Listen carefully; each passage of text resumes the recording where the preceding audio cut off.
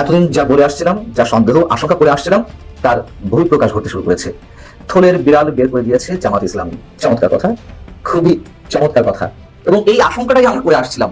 আওয়ামী লীগ সরকারের পতনের 11 মাস পরে অবশেষে সেই আলোচিত সমালোচিত ফর্মুলাটা এবার প্রমাণিত হলো এবং প্রমাণের দায়িত্ব নিজের কাঁধে তুলে নিলেন। আমরা বরং বীরদের চিনতে পারবো যে কারা প্রকৃত অর্থে এই বীর, যারা পেছনে থেকে। তুরস্কের সহায়তায় দূরপাল্লার ক্ষেপণাস্ত্র পরীক্ষায় বাংলাদেশ সেনাবাহিনী নতুন সক্ষমতা। মানে তুরস্ক বাংলাদেশকে ক্ষেপণাস্ত্র দিয়েছে, যে ক্ষেপণাস্ত্র অনেক দূরে গিয়ে আঘাত আনতে পারে, এবং এইটা বাংলাদেশ সেনাবাহিনীর জন্য একটা নতুন শক্তির উৎস হলো।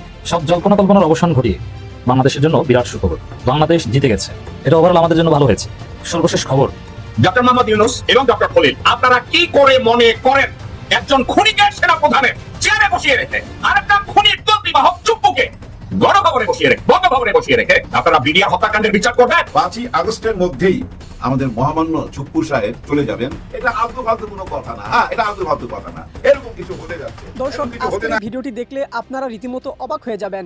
আপনারা জানেন ইতিমধ্যে আওয়ামী লীগ সরকারের পতন হয়েছে। এখন ক্ষমতায় আছেন অন্তর্বর্তী সরকার ডক্টর মোহাম্মদ ইউনূস। অন্তর্বর্তী সরকারের মাননীয় উপদেষ্টা ডক্টর মোহাম্মদ ইউনূস থাকাকালীন দেশে কি কি ঘটনা ঘটে যাচ্ছে তা আপনাদের প্রমাণ সহকারে দেখাবো। দর্শক, কথা আর বাড়াবো না, ভিডিওতে চলে যাব। তার আগে আপনাদের কাছে ছোট্ট একটি অনুরোধ, আপনি যদি আমাদের চ্যানেলে নতুন দর্শক হয়ে থাকেন তাহলে অবশ্যই চ্যানেলটি সাবস্ক্রাইব করে পাশে থাকা বেল আইকনটি বাজিয়ে দিতে ভুলবেন না।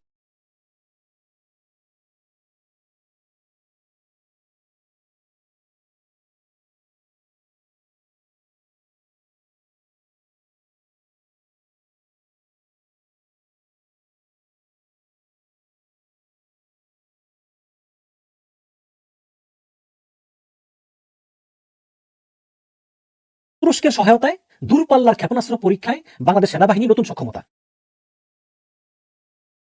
বাংলাদেশ সেনাবাহিনীর পক্ষ থেকে দেশে প্রথমবারের মতো এই টাইগার মিসাইলটি এখানে উৎক্ষেপণ করা হয়েছে। মানে তুরস্ক বাংলাদেশকে ক্ষেপণাস্ত্র দিয়েছে, যে ক্ষেপণাস্ত্র অনেক দূরে গিয়ে আঘাত আনতে পারে, এবং এইটা বাংলাদেশ সেনাবাহিনীর জন্য একটা নতুন শক্তির উৎস হলো। এখানে লিখেছে যে বাংলাদেশ সেনাবাহিনী প্রথমবারের মতো সফলভাবে পরীক্ষা চালিয়েছে তুরস্কের তৈরি TG-300 কাপন রকেট। এই রকেট সর্বোচ্চ 120 কিলোমিটার দূরত্ব পর্যন্ত আঘাত হানতে সক্ষম এই ক্ষেপণাস্ত্র বাংলাদেশের সামরিক ইতিহাসে এক নতুন মাইলফলক হিসাবে বিবেচিত হচ্ছে। সামরিক পর্যবেক্ষকদের মতে এই রকেট ব্যবস্থা বাংলাদেশের প্রতিরক্ষা সক্ষমতায় বড় ধরনের পরিবর্তন এনে দিবে। এটি শুধু শত্রুর ঘাঁটিই নয়, বরং দূরবর্তী কমান্ড সেন্টার, বিমান প্রতিরক্ষা ঘাঁটি ও কৌশলগত লক্ষ্যবস্তু ধ্বংসে কার্যকর ভূমিকা রাখতে পারবে। তুরস্কের রকেটসান নামক প্রতিষ্ঠান এই রকেট সিস্টেম তৈরি করেছে, যা আধুনিক প্রযুক্তি ও উচ্চ নির্ভুলতা সম্পন্ন।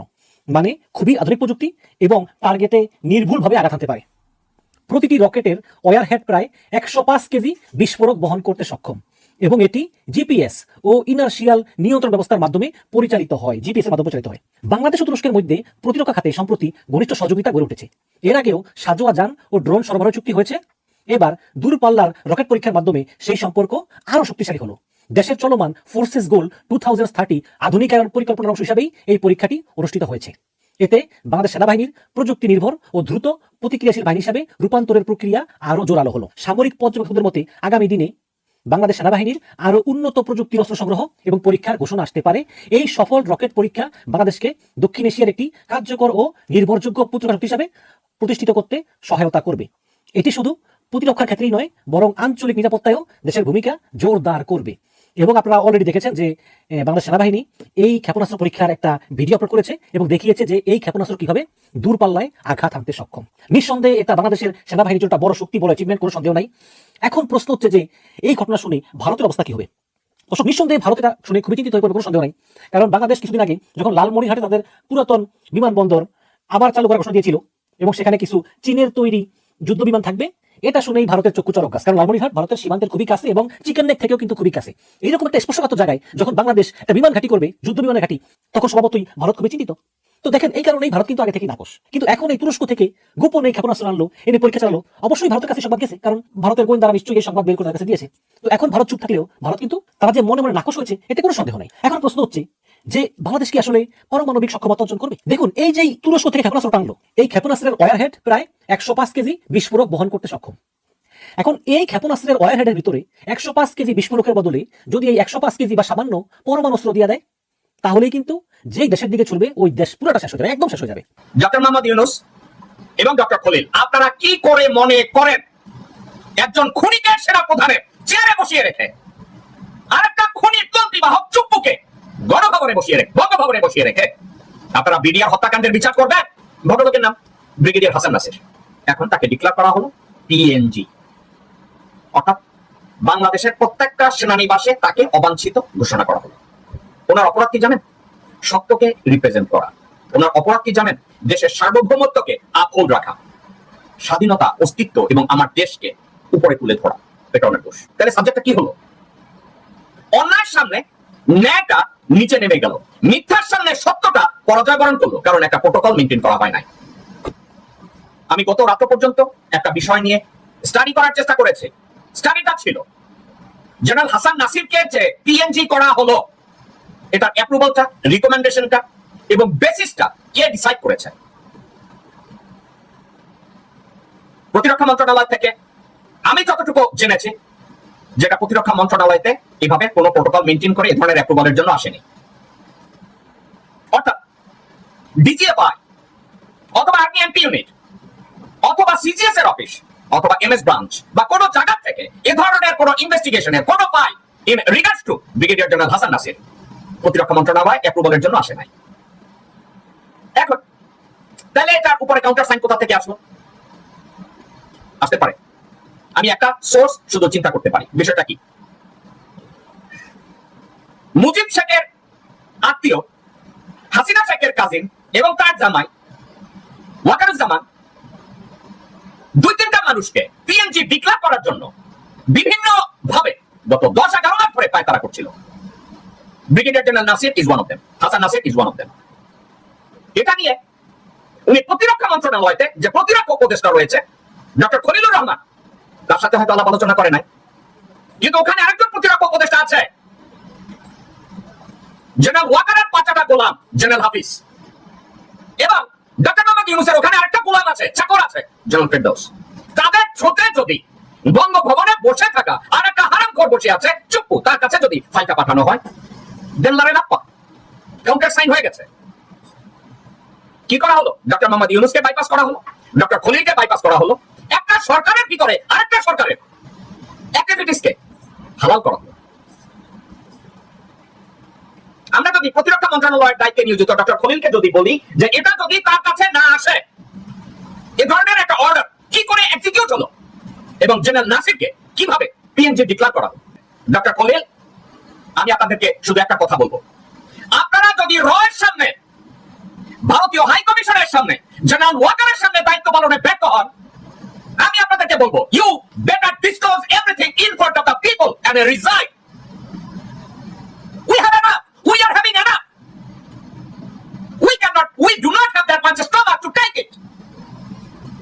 জেনারেল হাসান নাসিরের মতো মানুষকে যদি আজকের পিএনজি করা হয়, ডক্টর খলিল আপনাকেও পিএনজি করা হবে 2 মাস পরে। আমি আগেও বলেছি, এখনো বলছি, জাউরা বামপন্থীদের কাছে ইসলামিক স্কলাররা কখনো ইন্টারভিউ দিতে বা ওই জাউরা সাংবাদিকদের কাছে কখনো আপনারা যাবেন না কথা বলতে। কিন্তু জামাতের আমিরও আমি দেখলাম যে বারবার যাচ্ছেন ঠিকানার মহিউদ্দিন খালেদের কাছে, আবার এখন গেলেন চরমুনার পীর ফয়জুল করিম সাহেব। আর সেই ফয়জুল করিম সাহেবকে নিয়ে কি একটা মিথ্যা বানোয়াট সংবাদ প্রচার করা হলো আজকে ইত্তেফাক পত্রিকাতে, আপনাদের সামনে আমি তা তুলে ধরছি। ঠিকানায় খালেদ মহিউদ্দিনের টকশো, ক্ষমতায় গেলে আফগানিস্তানের মতো বাংলাদেশ বানাতে চাই ফয়জুল করিম পীর সাহেব চরমুনাই। এই হেডলাইনটা এই মুহূর্তে ব্রেকিং নিউজে আছে ইত্তেফাক পত্রিকাতে। দেখেন, রসুনের কুয়াশ গুলা আলাদা আলাদা থাকে, হুগাটা আছে না, পাশাটা আছে না, এটা একসাথে থাকে। সব শয়তানের হুগা আর পাশা একসাথে। ইত্তেফাক, প্রথম আলো, এই সবগুলা কিন্তু এই খালেদ মহিউদ্দিন, এরপরে আরো কয়েকটা মিলে যেভাবে আছে, আগে যেভাবে বাংলাদেশের সাংবাদিকতার ভিতরে বামপন্থীরা প্রভাবিত করতেন, সেই বামপন্থীদের মধ্যে কিন্তু হেড অফ দ্য ডিপার্টমেন্ট হলো বর্তমানে খালেদ মহিউদ্দিন। এবং খালেদ মহিউদ্দিনকে সালমান রহমানের টাকা দিয়া এখন আমেরিকায় প্রতিষ্ঠিত করছে তাকে, তার মাধ্যমে যাতে করে বাংলাদেশে আওয়ামী লীগকে আবার পূর্ণ প্রতিষ্ঠা করা যায়। বাংলাদেশে তৃতীয় মাত্রার জিল্লুর রহমানও এখানে জড়িত আছে। এখানে আছে আরেকজন আছে না, মিষ্টি কথা বলে যে আওয়ামী লীগের এমপি হয়েছিল, মাঝে মাঝে আবার টকশোতে গিয়ে কোরআন হাদিসের কথা কয়।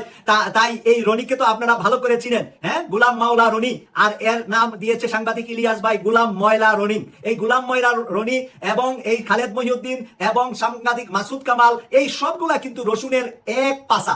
এক পাশা, সব শয়তানের গুড়াটা এক জায়গায়। চরমুনায়ের পীর সাহেব একজন পীর সাহেব, উনি তো আর ওই শয়তানির পেজ বুঝেন না। জিরাপির পেজ যে খালেদ মহিউদ্দিনের কাছে আছে এটা তো আর উনি বুঝতে পারেন নাই। এখন দেখেন উনি বলছে ভালো ভালো কথা, আর হেডলাইন করছে এমন একটা কথা যেই কথার ভিতরে পশ্চিমা বিশ্বকে ভয় দেখাতে পারে যে জামাত, ইসলামী আন্দোলন, এনসিপি এবং ইসলামী দলগুলা সরকার গঠন করলে বাংলাদেশে কি হবে, আফগানিস্তান হবে। এইরকম প্রপাগান্ডা দেখেন আজকে 2 দিন পরেই শুরু হয়ে গেল ইত্তেফাকের মাধ্যমে। তাই এই জিনিসগুলা সাংবাদিকদের শয়তানিটা আলেম ওলামা ইসলামী দলের নেতারা একটু না বুঝলে আমি সবিনয় ভাবে আপনাদের কাছে 2 হাত জোড়ে করজোর করছি, আপনাদের ভিতরে যারা মিডিয়াতে পারদর্শী আপনাদের দলের, আপনারা মুখপাত্র বানাইয়া দেন। দল থেকে, প্রত্যেক দল থেকে একাধিক মুখপাত্র রাখেন, তারাই শুধু মিডিয়াতে কথা বলবে। সবাই কথা বলা দরকার নাই, কারণ আপনাদেরকে এমন পেঁচাইয়া ফেলবে এই বানরগুলা কিন্তু বানরের ঠাইলে ঠাইলে আগায় আগায় পাতায় পাতায় দৌড়াইতে জানে। যেরকম শয়তান পারে, জিন শয়তান এখান থেকে ওইখানে চলে যা, 1 সেকেন্ডে ঢাকা থেকে দিল্লি চলে যা, জিন শয়তান। তো এইগুলা হলো বানর আর শয়তান। এইগুলার সাথে আপনারা যারা ভালো আলেম ওলামা ইসলামিক জ্ঞান নিয়ে আপনারা ব্যস্ত থাকেন, আপনারা আধ্যাত্মিক জ্ঞান নিয়ে ব্যস্ত থাকেন, যার কারণে দুনিয়ার এই শয়তানদের সাথে আপনারা গেলে আপনাদের একটা মুখের কথা নিবে ছোট্ট কইরা, এটাকে একটা বড় বরাক বাস বানাইয়া ফেলবে, বড় আইক্যলা বাস বানাইয়া পরে সারবে। আমি এই কারণে বলছি সব শয়তানের গুড়াটা এক জায়গায়, রসুনের গুড়াটা এক জায়গায়। আমাদেরকে প্রচুর ভেবে চিনতে বামপন্থীদের সাথে টকশোতে যেতে হবে। ভেবে চিনতে বামপন্থীদের সাথে টকশোতে প্রত্যেক দলের থেকে সিলেক্ট করে রাখেন কারা কারা টকশোতে যাবে এবং তারাই কথা বলবে। কারণ প্রত্যেকে আপনাদেরকে একজনকে গোলাটে করতে পারলে কিন্তু পুরা যে এখন যে ইসলামী দলগুলো একটা বাক্স হচ্ছে, এক বক্সে আপনারা ভোট দিবেন, সেটারে কিন্তু একেবারে মানে পানিতে বাসাইয়া দিবে। এই ধরনের কোনো পয়েন্ট এবং এই ধরনের কোনো কথা পেলে তারা পশ্চিমা বিশ্বের কাছে এগুলা ছড়িয়ে দিবে। ইংরেজি পত্রিকা, বিভিন্ন পত্র পত্রিকায়, বিভিন্ন CNN, তারপরে BBC, তারা সাক্ষাৎকার দিয়ে টিয়ে বলবে যে এগুলা জঙ্গি বা এগুলা বাংলাদেশে আরেকটা তালেবান রাষ্ট্র বানাতে চা। সেই দিকে খেয়াল রেখে কথা বলতে হবে আমাদেরকে এবং এদের কাছ থেকে দূরে থাকতে হবে। 5ই আগস্টের মধ্যেই অথবা 5ই আগস্টেই আমাদের মহামান্য ছুপ্পু সাহেব চলে যাবেন, আর ওই চেয়ারে বসবেন বেগম খালেদা জিয়া। এই কথাটা প্রথম বলছে পিনাকি ভট্টাচার্য কয়েকদিন আগে। ওটা বলার পর এটা নিয়ে অনেক কথা হচ্ছিল চারিদিকে, কিন্তু পিনাকি ভট্টাচার্য আজকেও একটা ভিডিও দিলেন। ওই ভিডিওতে উনি পুরোপুরি ব্যাখ্যা দিয়ে দিলেন কেন দরকার বেগম খালেদা জিয়াকে, অর্থাৎ ম্যাডামকে রাষ্ট্রপতির ওই চেয়ারে দেখতে চায় পিনাকিদা। ওনার দৃষ্টিভঙ্গি থেকে উনি এই কথাগুলো বলছে যে এটা হইলে খুবই ভালো হবে। প্রধান উপদেষ্টা ডক্টর ইউনূস স্যার, এই দুইজনে থাকবে খুঁটির মতো, ওনাদের আন্ডারে নির্বাচন হবে, ওনাদের অধীনে নির্বাচন হলে ওই নির্বাচনটা খুব গ্রহণযোগ্য হবে, সবাই মেনে নিবে। এটা পিনাকিদার কথা। কিন্তু পিনাকিদা কি এটা ওনার মন থেকে এমনি বললো, খামাখা বললো, ওনার ইচ্ছা হয়েছে আর উনি বইলা দিল? এরকম কি মনে হয় আপনাদের? না না না, এরকম আমার মনে হয় না। কারণ কি জানেন, ওনাদের সঙ্গে ডিপ স্টেটের একটা যোগাযোগ আছে। হ্যাঁ, আমাদের বাংলাদেশের ডিপ স্টেট, ওই যে আমেরিকা থেকে শুরু হলো ডিপ স্টেট, ওই ডিপ স্টেট আমাদের বাংলাদেশও আছে, ওইটার সঙ্গে যোগাযোগ আছে ওনাদের। ইলিয়াস হোসেন সাহেবের যোগাযোগ আছে, পিনাকি ভট্টাচার্যের যোগাযোগ আছে, কনক সারওয়ার সাহেবের যোগাযোগ আছে, আরো অনেকের আছে। দেখেন না, ওই যে এয়ারপোর্টের ওই যে ম্যাগাজিনের ফুটেজ, এয়ারপোর্টে যে আসিফ মাহমুদ পার হইতেছিল, ওই ঘটনা ঘটার সঙ্গে সঙ্গে ওই ফুটেজ অনলাইনে চলে আসলো। কেমনে আসছে? তো ভাই, তার মানে সবাই যোগাযোগ আছে সব দিকে। তার মানে ওনারা কি খামাখা একটা কথা বলবে মানুষের সামনে যে বেগম খালেদা জিয়া রাষ্ট্রপতি, ছুপ্পু সাহেবকে এখান থেকে সরে যেতে হবে 5ই আগস্টে? আজও এই কথাটা বলছে, এটা সেকেন্ড টাইম বলা, এর আগে আগার ইঙ্গিতে বলে যাচ্ছে। তার মানে কি এটা আলতু ফালতু কোনো কথা না? হ্যাঁ, এটা আলতু ফালতু কথা না। এরকম কিছু হতে যাচ্ছে। এরকম কিছু হতে না গেলে ওনারা এই ইঙ্গিতটা দিত না। ভিতরে এরকম কিছু আলোচনা চলছে, হয়তো বা লন্ডনে বৈশা এই আলোচনাটাই হয়েছে। হ্যাঁ, লন্ডনে বৈশা ডক্টর মোহাম্মদ ইউনূস স্যারের সাথে তারেক রহমান সাহেবের এরকম একটা আলোচনা হয়েছে যে আমরা এরকম কিছু একটা সিস্টেম করতে চাই, যার ফলে 5ই আগস্টের মধ্যেই এই ঘটনাটা ঘটতে পারে। কারণ এটা ঘটলে আপনারা কিভাবে নেবেন? আমাকে যদি ব্যক্তিগতভাবে প্রশ্ন করেন যে মহামান্য রাষ্ট্রপতির পদে বেগম খালেদা জিয়া, আমি বলবো এই ওয়ান, আমি ভিতর থেকে খুশি। কারণ কি, ওনাকে একটা সম্মান দেওয়া হলো। কিন্তু এটা কি সবাই মেনে নিবে এই মুহূর্তে? এই মুহূর্তে মেনে নিবে কিনা এটা একটা প্রশ্নবোধক চিহ্ন। কারণ এই মুহূর্তে বিএনপির ইমেজ এমন একটা জায়গায় পৌঁছায় গেছে, মানুষের মধ্যে শুধু একটাই প্রশ্ন, কেন ওরা এরকম পাগলামি করতেছে? চরম পাগলামি হইতেছে। তো ভাই, ভোলার ঘটনাটা তো আপনারা জানেন, হাজবেন্ডকে হাত পা বাইন্ধা, আর বাকিটা বলতে চাই না। এই ধরনের ঘটনা বুঝছেন সিনেমাতে ঘটে, সিনেমাতে ঘটে, বাস্তবে ঘটে কিনা আমি জানি না, কল্পনাতে ঘটে। মান্নার, আমি জেল থেকে বলছি, এই ছবিটা আপনারা দেখেন, আমি বানাইছিলাম। ওইখানে বুঝছেন কল্পনার জগতে যায় পুরা একটা বাড়ি ঘেরাও কইরা ভিলেনরা মান্নার বোনকে অত্যাচার করে। বুঝা নিয়েন ব্যাপারটা। দর্শক, সম্পূর্ণ ভিডিওটি দেখলেন, আশা করি বিষয়টি বুঝতে পেরেছেন। এ নিয়ে আপনার গুরুত্বপূর্ণ মন্তব্যটি অবশ্যই কমেন্ট বক্সে জানিয়ে দিবেন। ধন্যবাদ।